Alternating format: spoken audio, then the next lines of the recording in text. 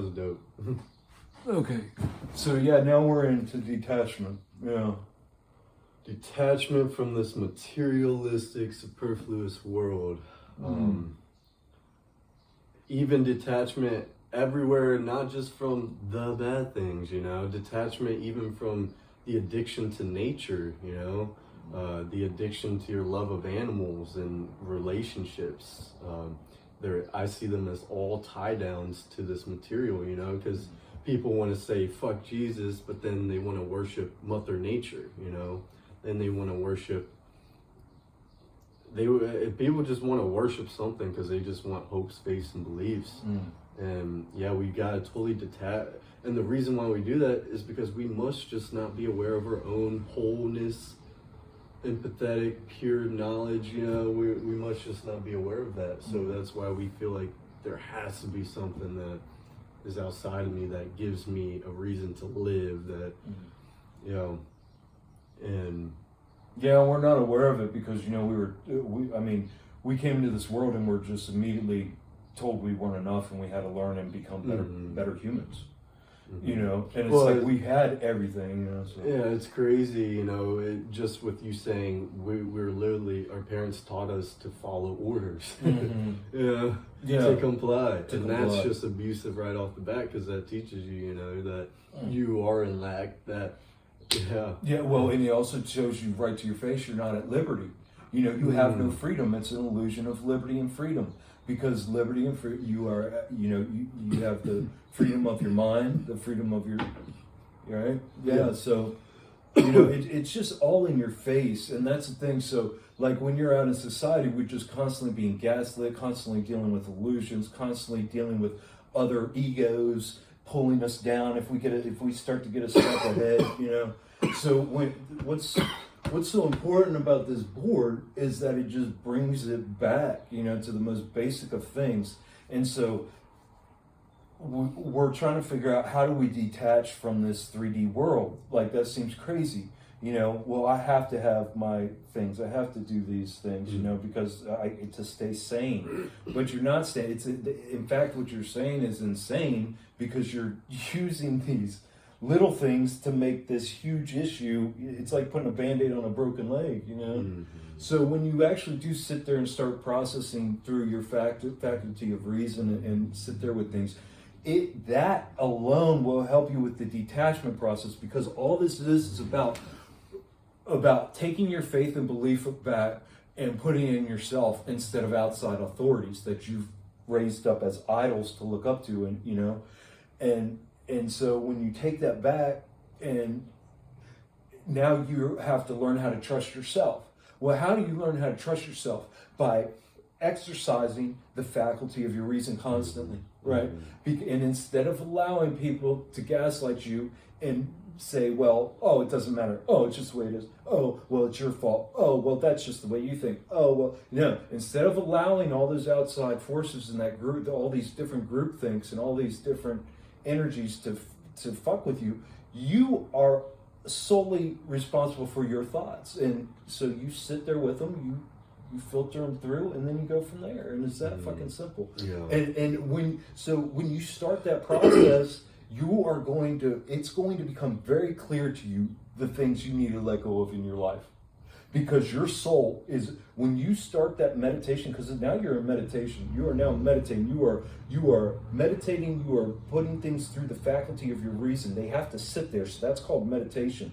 Thinking is just pew, pew, pew, pew. Now you're meditating because you're letting it resonate, you know, so you're going to let it go through your faculties of reason.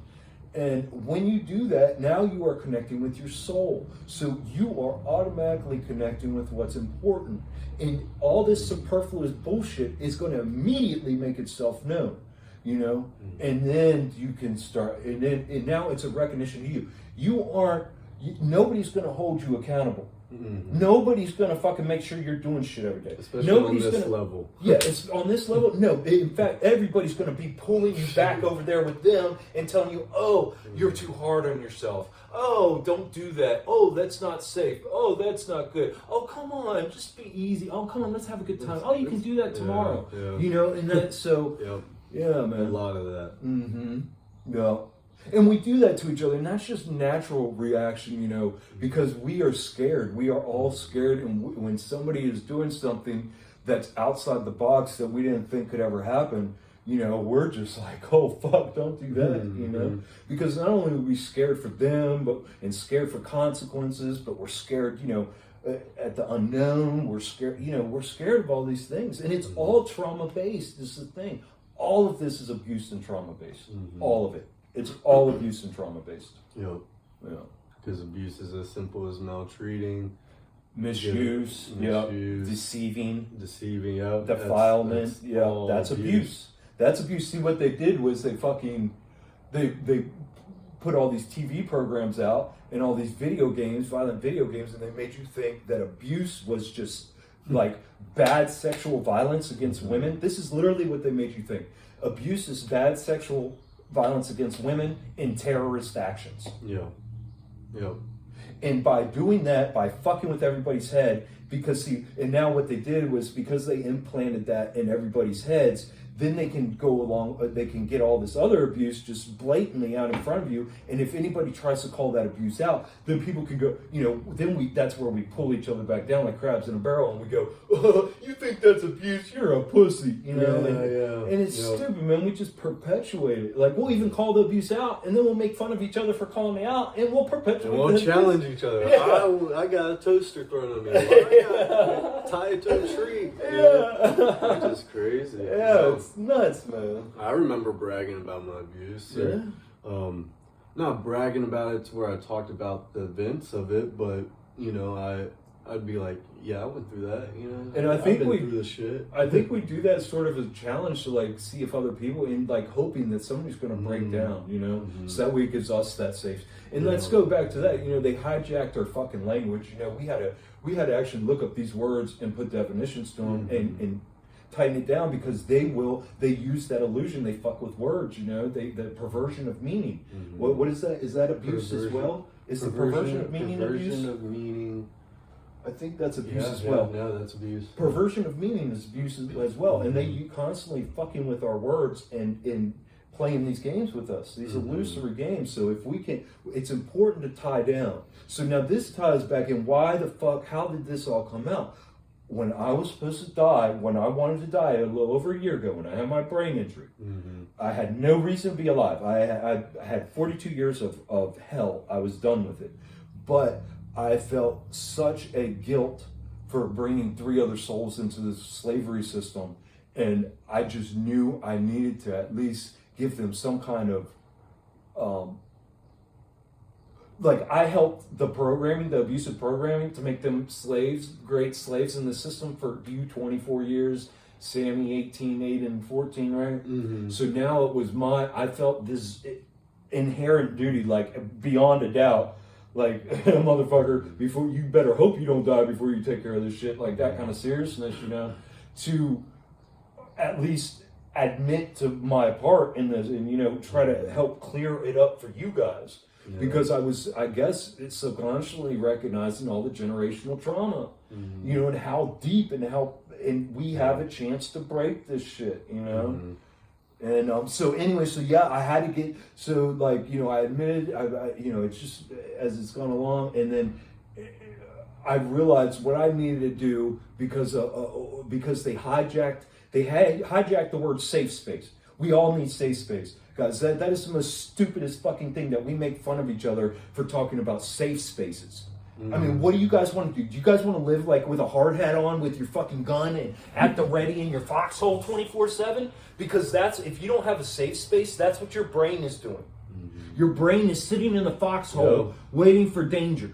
Or it's running, it's retreating. So if you don't have your safe space, guys, this is so fucking important. They have hijacked your goddamn language and made you feel foolish for using these words, which they are trapping us with anyways. But we have to work our way out of this by using getting rid of all the superfluous and just keeping. So yeah, this shit came out, man, because it had to, because it's the thought process I was doing automatically my whole life. But I didn't even understand how I was doing it, because I never took the time to meditate and think on these things. I just automatically doing it. So it's not like I had some special capabilities or was doing, I just it's the way the brain functions, Yeah. And so, like I said, I think all of us work like this, but because of the programming and the toxins they stick in us in such a young age, it is immediately putting us on other programming. Mm-hmm. It is taking away from our natural and putting us into other programs, other authorities. Yeah. Yeah. No, your whole story from being born to now is just, it amazes me, because your good intentions, your soul was knocking the whole time, but it was just at every bend like the Pilgrim's progress, but it wasn't just distractions. Yours was being beat down, and being told that you're crazy and not to go any deeper into what you're thinking, and not to think, actually, not to meditate, that's at every turn, every time the emotions came up, every time the childhood trauma came up, every time good intentions came up, there was always something to tell you, oh no, that's voodoo, or it's accepted, or everybody does it, or it's okay, or don't be so hard on yourself. Yeah. Yeah, and that just really bugged me, because I'm like, no, even if I ignore this the way you guys are trying to, it's still there, So, yeah, I just had that unrelenting determination and just that fuck you attitude, but there's a lot, there's millions of us like that, And that's the thing. It's just that our brains do not allow the horseshit. It is a natural biological reaction that we're having these mental disorders. That's all it is. It's just our natural body's reaction and mind's reaction knowing that somebody's trying to push something into us or onto us, trying to put undue burden on us. And it's us, our reaction, saying, no, you do not do that. Step away, you evil cocksucker. I'm not trying to imbue you with anything. Leave me the fuck alone. Yeah. So with all this toxicity, all this poison from day one, and people are living till 70, 80, 90, living in just complete toxicity and poison, I mean, what does that make you think if we were just living from our natural order of things? This flesh is possibly capable of way more than we could even believe, and having the soul operate the flesh, it really makes you wonder, like we were talking about our growth with all the toxicity and poison that keeps you in constant stress, with your hard hat and your gun, keeps you in constant stress 24/7. And we're able to live for 50 plus years. So it's yeah, and that's because of all the different modalities, so they got there's thousands of different modalities, so, and people use all kinds of different things. A lot of these cocksuckers in America, these 80-year-olds, 70-year-olds, their only modality is they go for a walk, a mile walk around the neighborhood, and then they fucking eat processed food, and they eat a whole bunch of pills. I think it's something like 70% of people over 60 are on pills. And I think that's a fucking lie. I bet you most of them are, because and not just one pill. These cocksuckers are on dozens of fucking pills. Dozens, dude. Yeah, yeah. Twice. Staying alive, and they say, and what kills me is, is anybody that is taking pills like that says they believe in some higher power like God or source, but yet, I need this. Well, God didn't give it. Source didn't give it. What would you do without that? And it's nonsense. People are just walking around, not even thinking, just acting like children. Just acting like little fucking kids with no common sense. Because they don't know, and it shows you when you start to work on yourself, heal yourself, and people are scared of that, and it's because they don't know what they really are. They don't know their true capabilities. They don't know their true nature, and because you see when you start doing things like this, well, people are like, well, then what's the answer? Then have, and now thinking about it, it's just, knowing that you're whole, knowing that you didn't need any structure as a kid. You didn't need any discipline. All you needed was love and safety, and to be guided to flourish and blossom in a natural, organic society. You know? Environment. Environment, Yeah. Environment.